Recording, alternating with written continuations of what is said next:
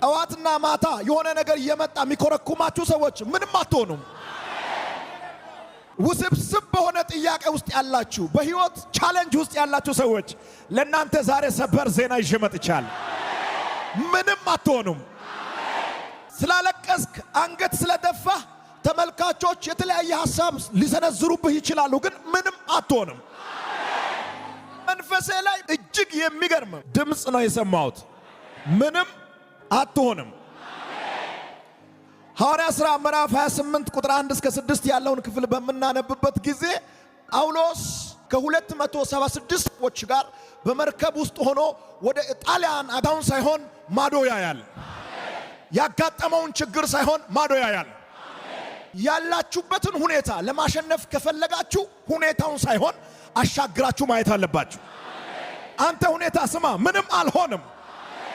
አንተ ራብ ስማ፣ ምንም አልሆንም። አንተ ችግር ስማ፣ ምንም አልሆንም። አንተ ጦርነት ስማ፣ ምንም አልሆንም።